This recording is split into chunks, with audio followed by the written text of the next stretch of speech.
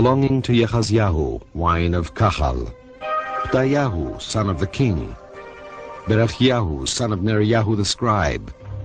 Yadu, the royal steward, belonging to Madana, daughter of the king. Unikos, inspector of the markets. These people, their world and their customs are revealed through archaeological finds from about 2,500 years ago, from the age of the patriarchs through the time of the Mishnah and the Talmud.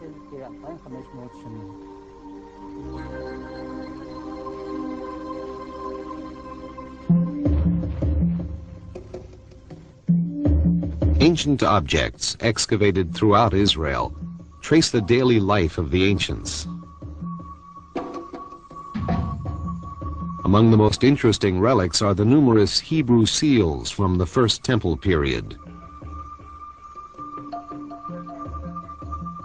They bear the names of public and private figures, impressed on small pieces of clay that were used to seal documents. These seals help researchers unlock the mysteries of life in First Temple times, including the development of writing and the use of symbols.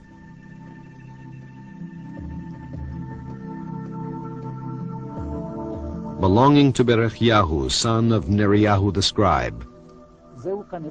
He's probably the same scribe mentioned in the book of Jeremiah.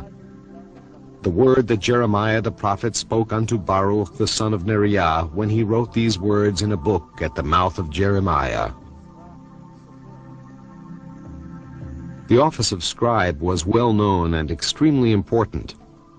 Kings and rulers appointed scribes to skillfully record formal state documents and royal history.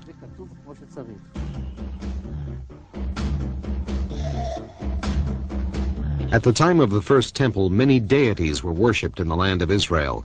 These animal figurines symbolize some of them. The large, varied collection includes the goddess Astarte, representing human fertility, the god Baal, responsible for fertility of the soil, war deities and others meant to provide protection from disease and other troubles. Idols were worshipped at home or in temples. The Israelite prophets and priests denounced this practice. Eventually, the Jewish temple proved stronger than paganism. From the days of Kings David and Solomon, Jerusalem became the most important center of worship for the people of Israel. During the era of the Second Temple, the Mishnah and the Talmud, temple implements served as models for and symbols of Jewish art, carved in stone or used to decorate everyday objects.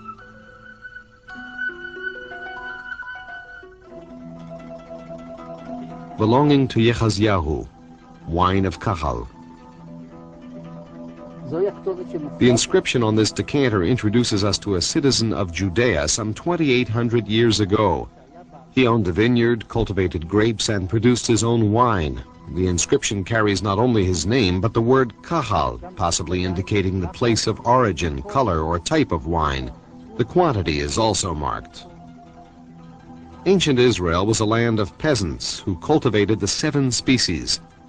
A land of wheat and barley, says Deuteronomy, and vines and figs and pomegranates. A land of olives and honey. Agriculture naturally influenced Jewish art. The 7 species were depicted on various coins, lamps, and mosaics. They remain a popular motif in our own times.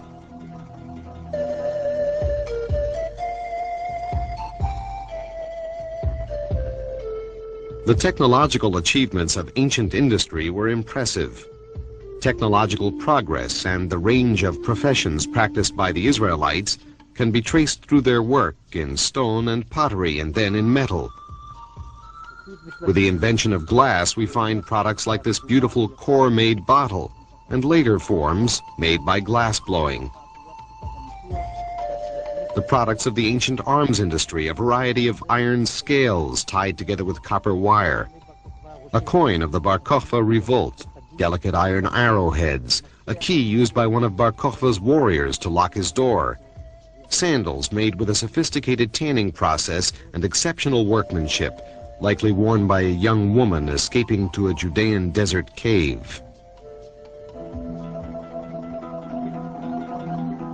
Commerce was conducted over land and sea, covering vast distances.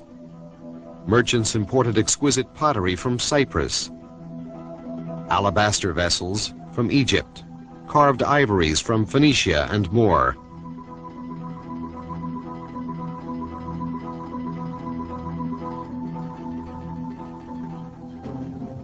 Onikos, inspector of the markets. This weight belonged to Onikos, who inspected the marketplaces at the end of the Mishnaic period. His signature ensured the weight's accuracy. To prevent cheating, he checked the merchant's weights against his own. Weights from earlier periods carry only a small engraved indication. 24 shekels, 8 shekels, 4 shekels, and all the way down to 1 shekel and its subdivisions, the pim and the beka. 1 Samuel chapter 13 describes Philistines profiteering, charging a pim silver for sharpening a plow. That's 2 heavy pieces of silver, an exorbitant sum by any measure. Coins were first minted at the end of the 7th century BCE and quickly gained popularity. By the 5th century, they were in use throughout the ancient world. In the 4th century, in Jerusalem, Jews minted large numbers of coins depicting the 7 species and other Jewish symbols. The best-known coins were those allotted to the temple, a yearly tithe of 1/2 shekel from every Jewish male aged 20 or over. These Tyrian shekels and half shekels struck on pure silver were contributed to the temple until the year 70 CE, the year the Romans destroyed it. Even then, the Romans forced the Jews to continue paying the half-shekel tax, though the proceeds now went to the state treasury. Known as the timeon, the tribute gave rise to the Hebrew expression went down to timion, meaning went down the drain. It was Roman Emperor Vespasian who originated the idea of taxing the Jews. He also commemorated his and his son Titus's conquest of Jerusalem by minting a special series of coins known as the Judea Capta, captive Judea coins. They show the victorious emperor and a grieving female captive, symbolizing Judea. Ancient rulers often minted coins to publicize themselves and their deeds. In a way, they were like today's mass media. Belonging to Madana, daughter of the king.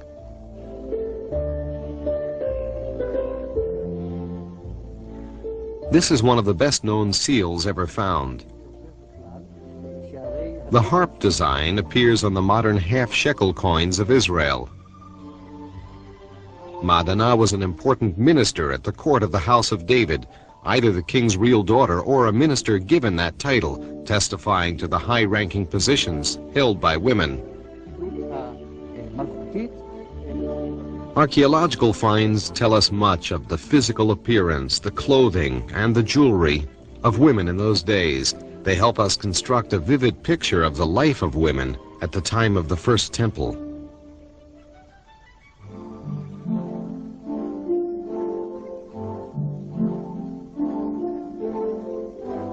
This museum houses Dr. Reuben Hecht's outstanding collection, lovingly assembled over more than 60 years. The Reuben and Edith Hecht Museum at the University of Haifa gives us a glimpse of the ancient world. It's a world that is distant in years, yet surprisingly kindred in place and in spirit. This is the world of the people of Israel in Eretz Israel.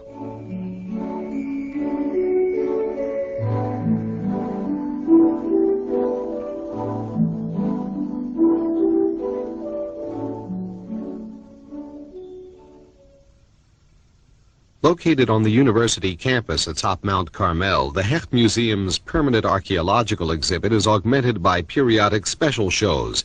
An art wing displays Dr. Hecht's private collection. The Hecht Museum serves as an archaeological study and research center for university faculty and students, and an educational center for school children from around the country.